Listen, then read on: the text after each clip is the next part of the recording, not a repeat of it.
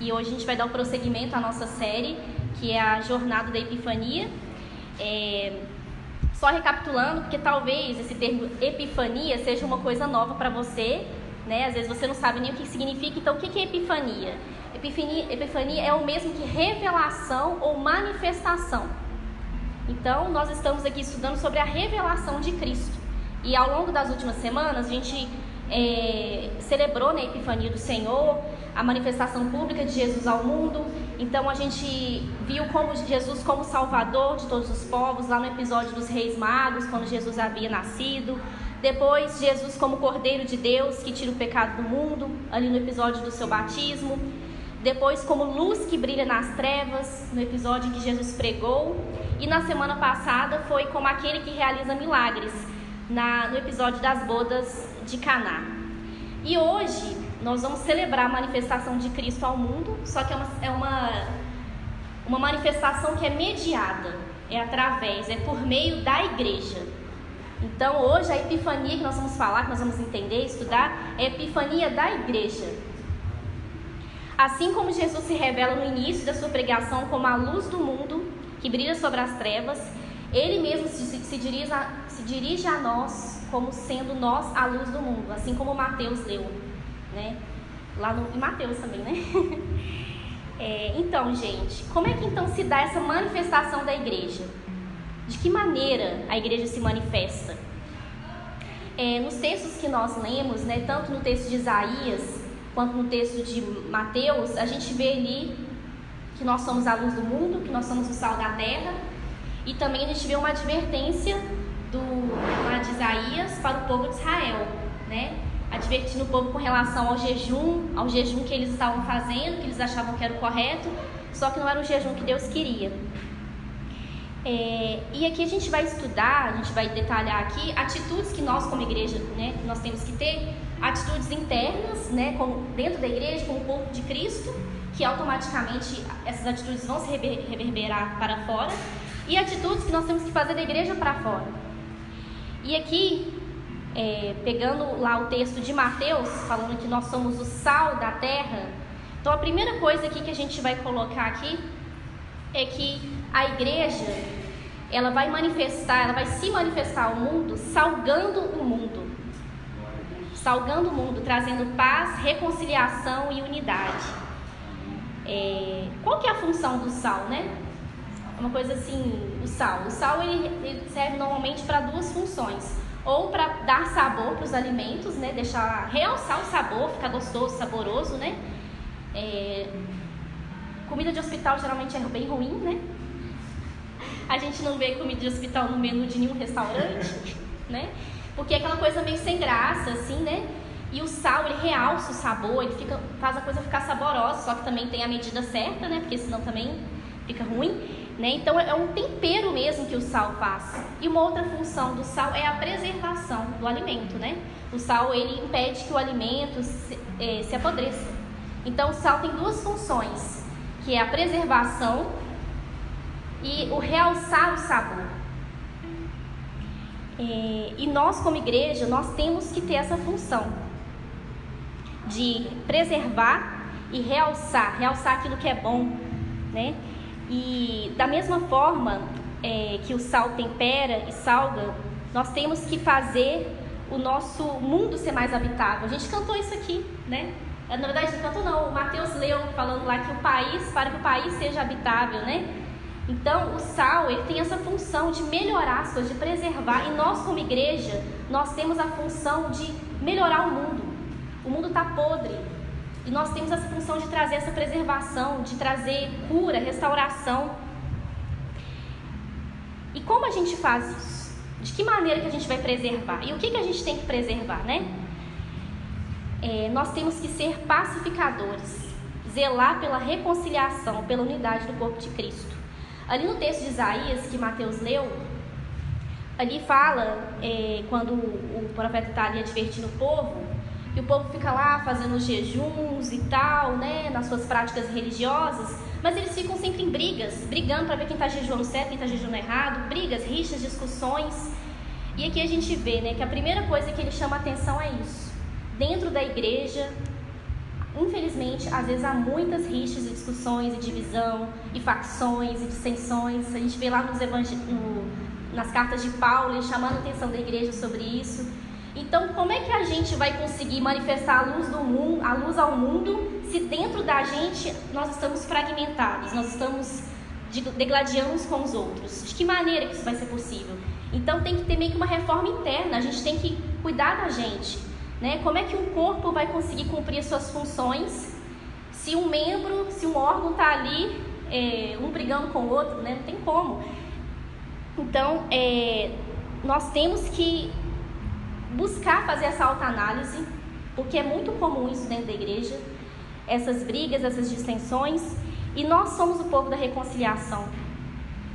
Nós temos que lutar para tirar esses espíritos de facção dentro da igreja, de inveja, de rancor, e nós temos que mostrar para o mundo que é possível sim ter uma vida saudável no meio de pessoas diferentes. É difícil, não é fácil, né? Mas é possível, e a igreja ela tem que ser o testemunho dessa realidade. Porque talvez o mundo possa pensar, nossa, como é que é possível conviver pessoas de classes sociais diferentes, de pensamentos políticos diferentes, homem, mulher, negro, branco, pessoa. Na igreja a gente fala que é possível, porque quem nos une é Cristo. E nós temos que zelar por isso. Jesus nos chamou para isso, para zelar por isso. Um corpo doente, fragmentado, não pode trabalhar, não pode se mover, né? E nós cantamos aqui que nós somos os braços, nós somos os pés de Jesus. Só que se a gente está doente, como é que a gente vai levar a verdade do Evangelho? Então, nós temos que buscar essa unidade, porque o mundo ele vai saber que Jesus é Deus através da nossa unidade. A nossa unidade vai trazer a glória de Cristo. Tem até uma música que diz isso, né? Lá em João 17:21 fala assim: eu lhes dei a glória que tu me deste, para que eles sejam um como nós somos um, eu neles e tu em mim, para que assim eles cheguem à unidade perfeita, e o mundo reconheça que tu me enviaste e os amaste como amaste a mim. Então, gente, o mundo vai ver Cristo em nós através da nossa comunhão, através da nossa unidade, através do corpo unido, né? E nós temos que nos esforçar para que isso aconteça. Falar de unidade, eu lembro daquele hino, sabe? Uma família. Como que é? Sem qualquer falsidade. Uma vez eu escutei alguém cantando assim, ó: uma família vencendo a falsidade. Né? Porque fica parecendo assim, não tem nenhuma falsidade dentro da igreja, né? E uma coisa que eu acho que é muito comum, que pessoas que não são cristãs apontam para a igreja, né? Não vou ser de igreja não, é tudo falso, tudo hipócrita. Esse povo é tudo falso. E muitas vezes essa é a realidade, gente. Nós temos que fazer essa autoanálise. Nós temos que lutar contra isso, porque dentro da igreja, infelizmente, há falsidade, há hipocrisia, há inveja. A gente vê isso, Paulo falando lá nas cartas, e na nossa realidade a gente vê isso porque nós somos caídos. Então, se no mundo tem isso, na igreja também tem que ter, só que nós somos diferentes do mundo, porque nós sabemos como agir diferente, nós temos o Espírito Santo dentro de nós. Então, nós temos que lutar contra isso. Lá em Efésios 4, do 3 ao 4, fala assim: façam todo o esforço para conservar a unidade do Espírito pelo vínculo da paz. Há um só corpo, um só Espírito, assim como também há uma só esperança para o qual vocês foram chamados. Então, gente, de que maneira então que a gente vai fazer para poder preservar essa paz, preservar esse corpo, manter esse corpo unido, bem integrado, focados no mesmo objetivo? Como é que a gente pode fazer dentro da igreja, não só aqui a igreja local, estação casa, mas como corpo de Cristo na igreja de modo geral? Porque às vezes uma igreja, uma denominação fica brigando com outra denominação, fica uma acusando a outra, né? E a gente perde o sentido de ser igreja com I maiúsculo. A primeira coisa aqui que eu coloquei: como é que a gente pode então exercer essa pacificação, revelar essa paz, ser sal, preservar? Primeira coisa, preferindo-vos em honra. Nós temos que honrar uns aos outros. Para poder impedir essa desunião, nós temos que honrar. Então aqui o texto fala preferir. Se é preferir, significa que existe uma escolha, existe outra opção, né? E muitas vezes a gente opta por não honrar, a gente opta por desonrar, né? Por difamar. Então nós temos que preferir honrar uns aos outros. Ou seja, deixar de ser auto-referente, parar de pensar só em mim, para pensar no outro, né? Nós temos que fazer isso. Ao invés de alimentar inveja por uma pessoa dentro da igreja, porque isso é muito comum também, que é um pecado que a gente dificilmente confessa, né? A gente confessa, eu sou preguiçoso, eu sou desorganizado, eu chego atrasado em tudo, eu sou mentiroso. Agora, inveja, a gente tem uma vergonha, né, de assumir que a gente tem inveja das pessoas. Eu acho que é porque quando a gente assume isso, automaticamente a gente está assumindo que a gente é meio medíocre, é meio ruim, porque a gente inveja alguém que é melhor que a gente, normalmente, né? Então, a gente tem vergonha de assumir isso, porque isso denuncia automaticamente as nossas falhas. Mas é um pecado que é muito comum dentro das igrejas, gente. Inveja, isso faz com que a gente não queira que o corpo cresça, porque eu não quero que o irmãozinho, que é alguém que tem mais talento que eu, receba reconhecimento.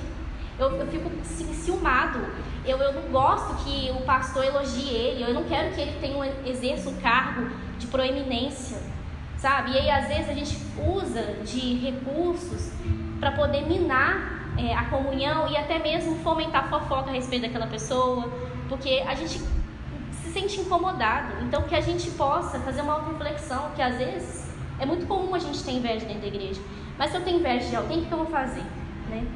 Eu tenho que me inspirar nessa pessoa, porque se eu tenho inveja é porque ela é melhor que mim em algum aspecto.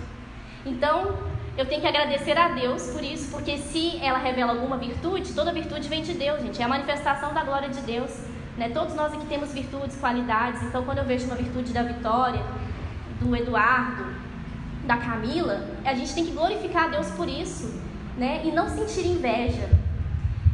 Então, que a gente possa realmente fazer essa reflexão e, ao invés de a gente sentir esse sentimento de ciúmes, de inveja, eu me inspirar naquela pessoa para eu ser como ela também e glorificar a Deus pela existência dela.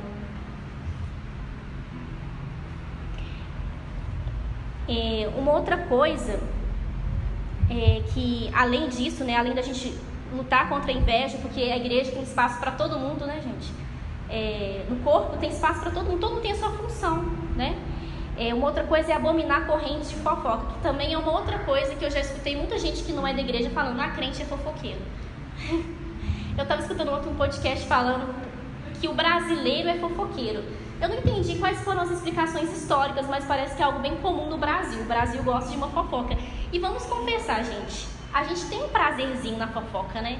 Eu não sei porquê, mas é um negócio assim que une, né? Só que assim, gente, isso é uma coisa que pode ser muito usada de maneira para poder minar o poder da igreja e causar desunião. Porque às vezes a gente sabe quando a gente está fazendo um comentário maldoso. A gente sabe quando a gente está comentando alguma coisa para poder manipular a opinião de alguém a respeito de uma outra pessoa, né? E muitas vezes isso acontece, e isso vai criando reserva. Já aconteceu com você de alguém chegar para você e começar a falar mal de uma outra pessoa que você nunca viu na vida, e aí você já começa a ter uma opinião, um preconceito sobre aquela pessoa. E aí você fica, meu Deus, uma vez isso aconteceu comigo. Eu estava era uma pessoa cristã e ela chegou para mim falando mal de um pastor, do pastor dela. Eu falei, meu Deus, eu fiquei até assim, eu fiquei sem graça, porque eu falei, meu Deus, ele tá aqui me contando os podres e assim, porque é uma coisa meio injusta, né? E às vezes, muitas vezes nós fazemos isso sem querer, às vezes os nossos comentários, a gente fica querendo insistir ali em mostrar que a pessoa tem um defeitinho, né? A gente fica o tempo todo querendo encontrar o defeito de alguém, né? Então a gente tem que vencer isso. Comentários maldosos, cancelamentos, que infelizmente é algo que tem acontecido demais dentro da igreja, especialmente nos tempos atuais. E mesmo cancelamentos para pessoas que são proferindo heresias. Nós temos que sim julgar as coisas erradas, óbvio, mas não cancelar as pessoas, porque nós temos que amar as pessoas, né? Nós temos que desejar que elas se arrependam. Então temos que tomar muito cuidado com isso, gente. Com essas rodas de fofoca, com tecer comentários com a intenção de fazer alguém pensar negativamente sobre outra pessoa. Eu lembro que na minha antiga igreja tinha uma professora de escola dominical, a Raquel, e ela era muito assim contra a fofoca. Tipo assim, ela era do tipo assim, se chegou alguém para fofocar com ela mandava a pessoa parar ou sair fora. Então eu acho assim que ninguém chegava para fofocar com ela, porque já sabia que com a Raquel não tinha vez. Só que a gente não consegue ser assim, né? É difícil alguém ser tão íntegro assim, né? Então assim, a gente tem que tomar muito cuidado, porque isso é uma coisa muito sorrateira. É muito tentador e tal, e quando você vê, você já tá ali fazendo a maledicência, né? Você está ali tecendo comentários pelo prazer de falar mal da pessoa. Então a gente tem que tomar muito esse cuidado. Uma outra coisa também que a gente tem que fazer na igreja, como igreja, né?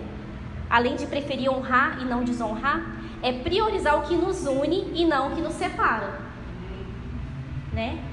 Então, quando eu olhar para o meu irmão, apesar de todas as diferenças que eu posso ter com ele, né? Porque nós somos diferentes. Obrigada. Eu tenho que priorizar aquilo que me une. E hoje em dia a gente está tão polarizado, o mundo está tão polarizado que a gente só vê as diferenças, né? Cada vez mais, isso é muito, muito ruim, gente. Porque, de certa forma, é como se eu meio que desumanizasse aquela pessoa. Eu transformo ela naquele pensamento que ela tem que eu não concordo. Então, a fulana de tal é X. Então, eu começo a vê-lo como meu inimigo, porque, afinal de contas, eu não concordo com ele. Então, ele não é mais uma pessoa, ele não tem mais uma história. Eu não quero nem entender por que ele pensa aquilo. Eu só quero destruir o pensamento dele e ele. Então, gente, nós temos que lutar contra isso, porque dentro da igreja vai ter pessoas com pensamentos diferentes com relação à doutrina, com relação à teologia, com relação a pensamentos políticos. Isso aí é normal, né? Mas tem que ter unidade nessa diversidade. E lá em 1 Pedro 3,8 fala assim, ó: quanto ao mais, tenham todos o mesmo modo de pensar, sejam compassivos, amem-se fraternalmente, sejam misericordiosos e humildes. Então, nós temos que ter o mesmo modo de pensar, não em tudo, nem exatamente tudo, mas naquilo que nos une, né? Na proclamação do Evangelho, na verdade do Evangelho, no amor de Cristo, aquilo que nos une, isso que nos une é muito maior do que qualquer outra diferença, gente. Glória a Deus. Então, é uma coisa que nós temos que lutar todos os dias contra isso. Nós não podemos rotular as pessoas. Rótulo, quem tem é produto, objeto, né? A gente tem que humanizar as pessoas. E uma coisa que às vezes acontece quando a gente rotula alguém, a gente ignora essa pessoa, a gente escolhe ignorar o que ela fala, a gente desconsidera tudo que ela diz, a gente distorce o que ela diz, e normalmente a gente até mesmo ignora as boas atitudes que ela tem, porque a gente deixa de gostar dessa pessoa por causa de uma diferença. Então, gente, nós temos que lutar contra isso. Dentro da igreja não pode ter acepção de pessoas, boicote de irmãos. Sabe aquele irmão mais complicado, aquela pessoa mais difícil? Tá ali para poder treinar o seu caráter, tá ali para poder moldar o seu amor a ela, né? Então, para exercer sua paciência, exercer a sua escuta, mesmo que às vezes a pessoa, você não tem muita paciência, mas é para isso que ela tá ali. E também você, quem falou que você também é grandes coisas, né? É hora que a gente se acha muito, né? Então, gente, temos que lutar contra isso, fazer um esforço de ouvir quem pensa diferente de nós. Isso é muito difícil. E no texto fala aqui, ó, que a gente tem que ser humilde. Só uma pessoa humilde consegue ouvir o outro. Uma pessoa arrogante não escuta. Então nós temos que ouvir quem pensa diferente. Há uma grande possibilidade de a gente crescer com isso, porque a gente vai crescer na humildade, crescer em considerar o outro, crescer em aprender com o outro, porque pode ser que o outro esteja falando algo que seja realmente verdade. E nós não podemos fazer distinção, né? Na igreja não pode ter acepção de pessoas, seja de qual espécie for. E nós temos que nos esforçar para isso, gente. Que a gente possa se esforçar para ser esse sal. O sal é isso, é preservar, é manter junto, unido. Então, como é que a gente vai conseguir mostrar para o mundo que é possível ter paz se aqui dentro a gente não consegue? A gente fica perdendo tempo com picuinhas, com coisas bobas. E quando a gente vai ver, são coisas bobas mesmo, sabe? Assim, que tipo, meu Deus, para que eu estou discutindo por causa disso? Então, que a gente possa focar no que realmente importa. Amém? Então, recapitulando, nós somos chamados para ser sal do mundo, para trazer paz, reconciliação e unidade. Sendo unidos aqui na igreja, nós vamos conseguir nos unir com forças para poder fazer a diferença no mundo. E agora o segundo ponto, de qual outra maneira a igreja, nós como igreja, podemos manifestar quem nós somos? Através da luz. Jesus falou que vós sois a luz do mundo. Nós temos que iluminar o mundo praticando a justiça e combatendo a injustiça. O texto aqui de Isaías, ele faz uma relação, né, das práticas de justiça com a luz. Quando a gente pratica a justiça, a luz de Deus é exposta. E quando a gente pensa em luz, né, a gente estava cantando aqui, eu estava pensando, luz, quando há escuridão, a gente fica procurando o quê? Luz, né? A luz é um ponto de referência, né? Você está na rua e está tudo escuro, você fica procurando uma claridade, né? A luz, ela remete à esperança, remete à salvação, remete a você conseguir a libertação. E nós somos chamados para ser isso. Nós temos que ser referência para o mundo, uma referência que aponta para Cristo. Então, olha, é uma responsabilidade muito grande, gente. Quando a gente fala que nós somos sal, nós somos luz, que nós somos os braços e os pés de Jesus, gente, é uma responsabilidade muito grande. E nossa luz, a luz que a gente tem que emitir, ela tem que brilhar a justiça de Deus. O texto de Isaías fala que enquanto as pessoas ficavam se preocupando com o jejum, pessoas estavam sendo oprimidas, pessoas estavam sendo injustiçadas, e muitas vezes pelas próprias mãos do povo de Deus. E muitas vezes, gente, quando Jesus fala que nós somos a luz do mundo, às vezes nós estamos sendo trevas em algum aspecto. Ou quando fala pra gente ser o sal, às vezes nós estamos apodrecidos. Então que essa luz possa entrar dentro de nós. A Bíblia, nova tradução da linguagem de hoje, ela traduz a palavra justiça, né, como a vontade de Deus. É um estado de harmonia com a sua vontade. Então a nossa luz, ela é manifesta por meio dos nossos atos de justiça. O texto de Isaías relaciona o nosso brilhar diretamente com a prática da justiça, nos ajudando a entender o que Jesus quer dizer com as nossas boas obras. Vamos voltar lá para o texto lá. Porventura, não é esse o jejum que eu escolhi? Que soltes as ligaduras da impiedade, que desfaça as ataduras do jugo, e que deixes livres os oprimidos e despedaches todo jugo? Porventura, não é também... Eu também não quero que vocês repartam pão com o faminto, recolhas em casas os pobres abandonados, e quando vires o nu, o encubras, e não te escondas da tua carne? Então romperá a tua luz como a alva, e a tua cura apressadamente brotará, e a tua justiça irá diante de ti, e a glória do Senhor será a tua retaguarda. Então, gente, quando a gente pratica a justiça, quando nós como cristãos praticamos a justiça no mundo, o mundo vê a glória de Deus. E nós temos que ser essa referência. Eu ouvi essa semana, eu não lembro quem foi que falou, que a igreja deveria estar na linha primeira para poder lutar contra as injustiças. A igreja deveria se importar primeiramente contra as injustiças, e muitas vezes a gente vê que a gente está perdendo tempo com tanta bobeira, enquanto a gente deveria estar ali fazendo diferença no mundo. Onde tem pessoas injustiçadas, a igreja tem que estar ali. Onde tem pessoas sofrendo, nós temos que nos importar. Nós não podemos esconder o rosto. Aqui fala que às vezes as pessoas escondem o rosto. A gente não pode ignorar o sofrimento humano, porque Jesus não ignorou o nosso sofrimento, e nós somos discípulos dele. Além de praticar a justiça, de fazer o que é certo, de fazer a vontade de Deus, de estar em conformidade com a vontade de Deus, nós também devemos lutar contra as injustiças. Então não é só fazer a justiça, é lutar contra aquilo que é injusto. Uma das declarações da missão da igreja anglicana é sobre combater as estruturas injustas da sociedade. Nós, como cristãos, temos que combater as estruturas injustas. Então, onde houver pessoas sofrendo, o cristão tem que sinalizar a justiça. De que maneira, né? Ou quais são os tipos de coisas que nós devemos estar atentos nos sofrimentos do mundo? Porque o mundo está clamando por justiça, gente. O mundo sofre, o mundo está gemendo. Então, quando a gente vê situações de racismo, de pessoas sendo menosprezadas pela cor da pele, de mulheres sendo menosprezadas por serem mulheres, de pobres sendo menosprezados por serem pobres, de crianças sendo invisibilizadas porque são crianças, né? Enfim, nós temos que estar ali para lutar. Devemos defender a honra de pessoas injustiçadas com mentiras. O amor não se alegra com a mentira, com a verdade. Então nós não podemos ficar calados diante daquilo que fere a dignidade da pessoa humana. Devemos lutar contra essa desumanização que existe no mundo. O pecado desumaniza as pessoas. Então, onde tem pessoas sofrendo pelo pecado, tem pessoas sendo desumanizadas. Nós temos que estar ali sinalizando. E muitas vezes essas injustiças ocorrem até mesmo dentro da igreja.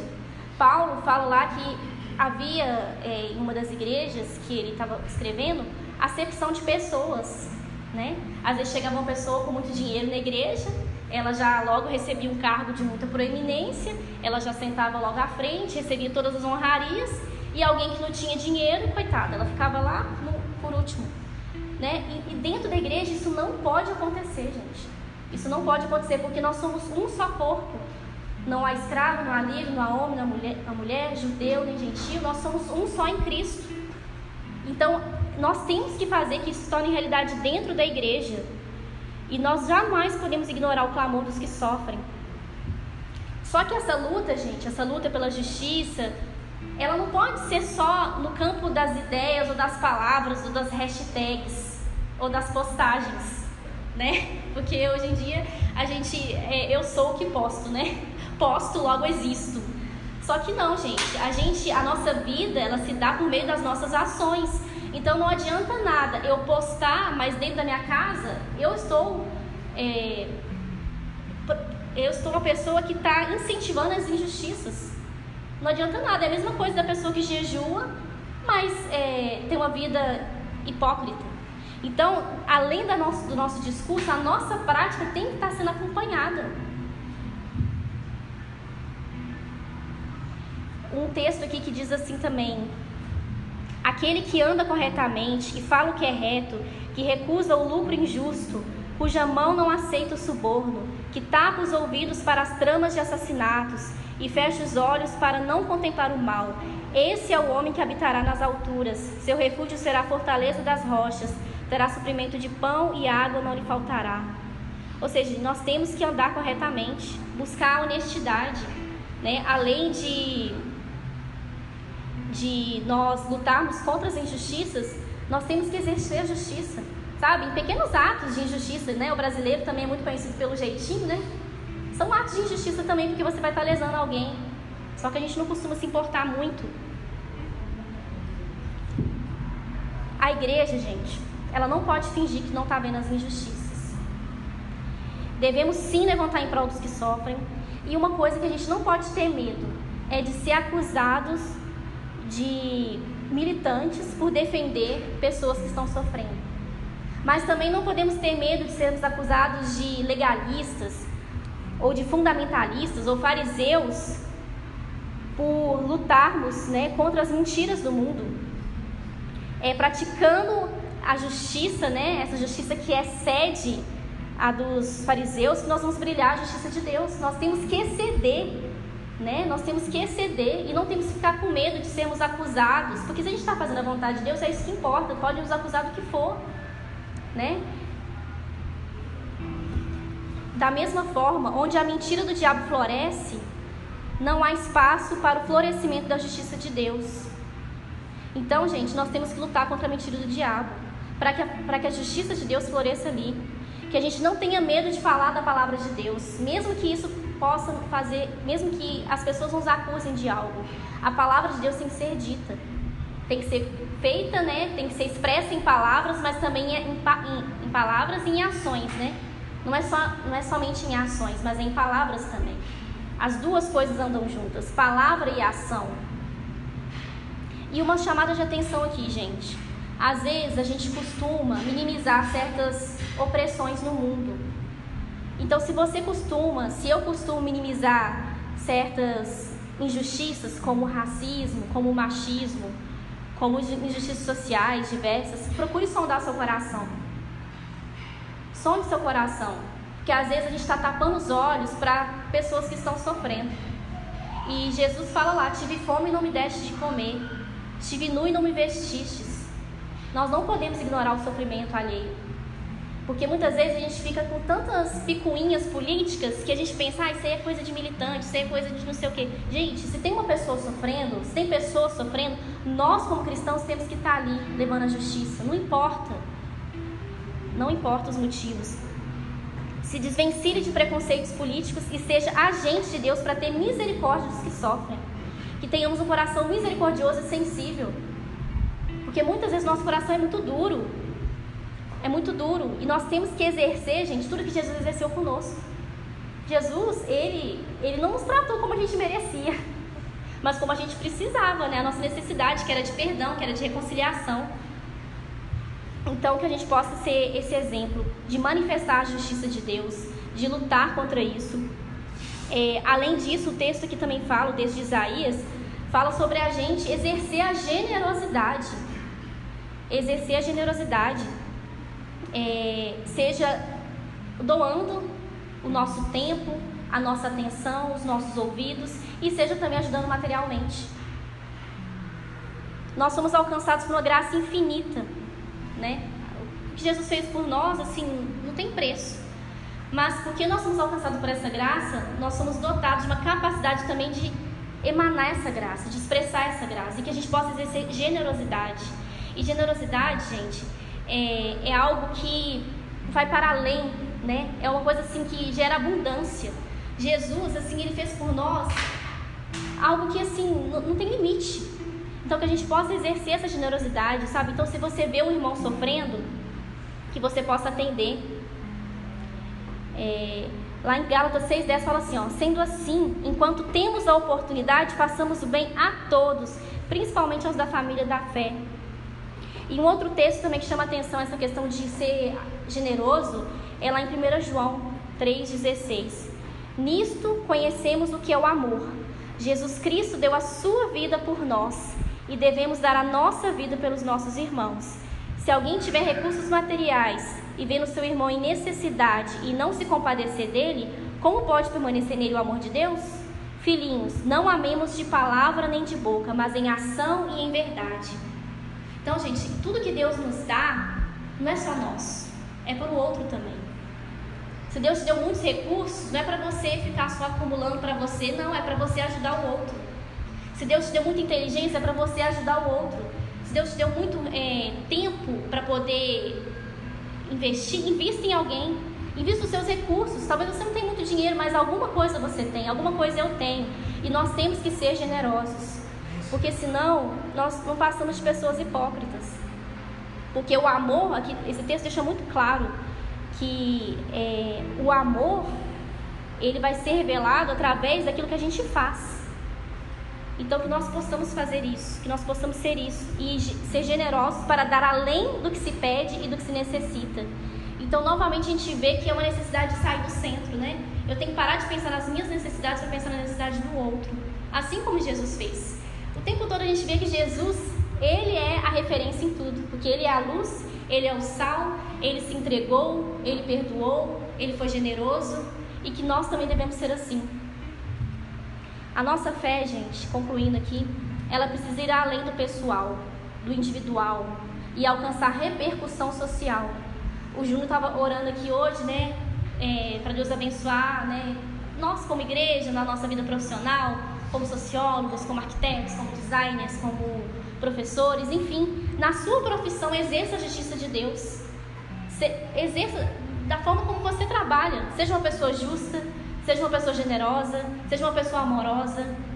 Ali no seu ambiente de trabalho possivelmente tem muitas injustiças acontecendo, seja ali uma referência, seja ali uma pessoa que faz a diferença. Exerça a sua profissão com dignidade, com caráter, com honestidade. Não podemos somente parecer ser, nós devemos ser em essência. Aleluia. Porque se a gente for só no discurso, é a mesma coisa da pessoa que jejua, que vem na igreja, que faz o devocional a semana inteira. Mas se a vida dela não reflete aquilo que ela leu, aquilo que ela cantou, aquilo que ela meditou, não faz sentido nenhum. Jesus não vai ouvir a nossa oração. Como igreja de Cristo, nós devemos diminuir o hiato, a diferença, a lacuna que existe entre o nosso discurso e a nossa ação. O hino que a gente cantou do Palavra Antiga, né? Que nós possamos viver essa palavra, viver esse amor. Que o amor não vem ser somente uma bandeira, nem só uma canção, mas a nossa ação. E uma outra coisa também que assim, nós temos que lutar muito como igreja é essa hipocrisia. Porque é muito fácil ser hipócrita, gente. É muito fácil defender um discurso. Agora viver requer sacrifício, abnegação, abrir mão de quem nós somos. E tem uma analogia que eu acho muito legal, né, da vela, né? A gente está falando de luz. A vela, para ela iluminar, ela tem que se queimar. Ela vai se perdendo ali, ó, ela vai se gastando. Então que a gente possa se gastar, que a gente possa se sacrificar, né? E também tem uma outra analogia que eu achei muito interessante, que é do sabonete. O sabonete limpa, né? O sal também limpa. E esse sabonete, para ele limpar, ele vai se gastando ao longo do tempo, né? Então que a gente possa se gastar, que a gente possa abrir mão de quem nós somos. Que Deus tenha misericórdia de nós, gente.